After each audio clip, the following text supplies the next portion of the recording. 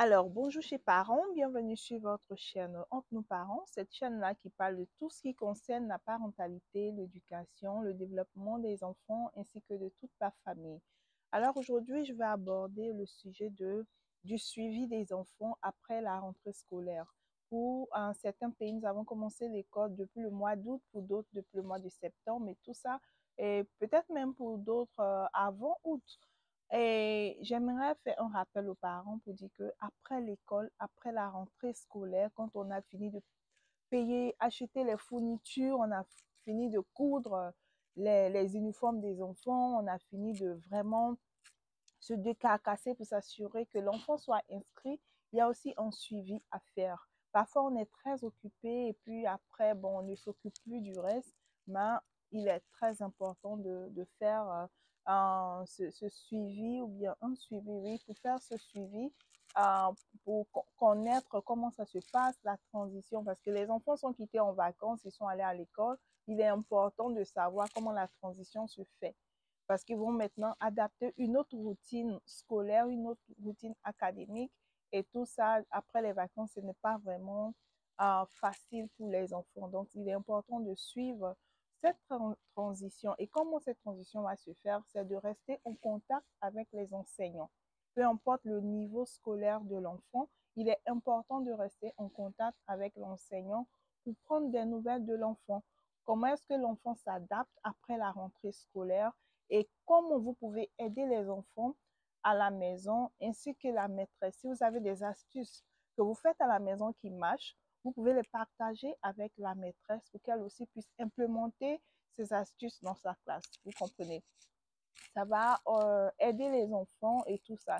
Et j'aimerais aussi rappeler aux parents que le suivi n'est pas forcément académique parce que généralement, nous les parents, on se focalise sur le niveau académique des enfants. Est-ce qu'ils apprennent? Est-ce que c'est comme ci? C'est comme ça? Moi, je vous assure, le plus important, c'est surtout le suivi euh, émotionnel et social. Je ne dis pas qu'académique n'est pas bien, n'est pas important, mais il ne faut pas aussi négliger ce suivi-là social et émotionnel parce que même si l'enfant ramène de bonnes notes, l'enfant académiquement, de façon académique, ça va bien, il faut vraiment s'assurer que socialement, émotionnellement, tout ça aussi, ça va de pair. Parce que c'est tout ça, il y a différents types d'intelligence, on le sait tous, il y a 7 types d'intelligence. Donc, il ne faut pas négliger un aspect parce que tout ça va contribuer au développement de l'enfant. Moi, je le dis toujours, on peut être intelligent sur le plan académique. Ça va? Ok.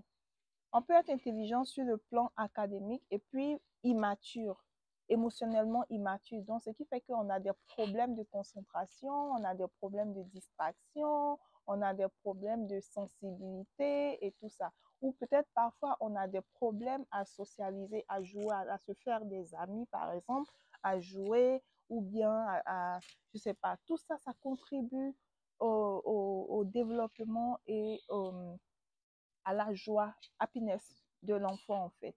Donc, c'est très important de vérifier tout ça avec la maîtresse. Est-ce qu'à l'école, académiquement, ça va? Est-ce qu'il apprend?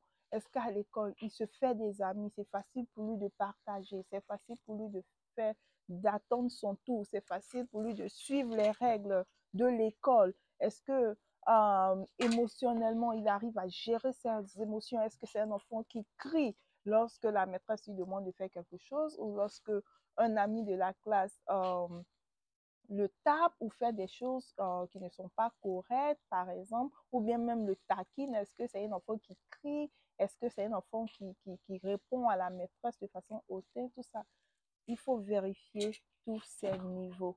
Voilà, c'est ce qui va permettre à nos enfants de s'insérer sur le plan social dans la société, en fait. Voilà, donc c'était un rappel. Je sais que vous faites déjà de votre mieux, mais continuez de faire ça et puis allez au-delà. Ne faites pas seulement ce qui est moyen. Allez au-delà. Above and beyond. Allez au-delà. Toujours faites de votre mieux. Donc, c'était le petit rappel d'aujourd'hui. Portez-vous bien, prenez soin de vous. N'oubliez pas de liker, de partager et de vous abonner si ce n'est pas encore fait. Activez surtout la cloche de notification pour recevoir les notifications pour les vidéos futures. Cette vidéo, je vais la poster sur TikTok, mais je suis sur YouTube. Ça va? Sur YouTube, c'est Entre nous parents. Voilà, on se retrouve dans une prochaine vidéo. Bye bye.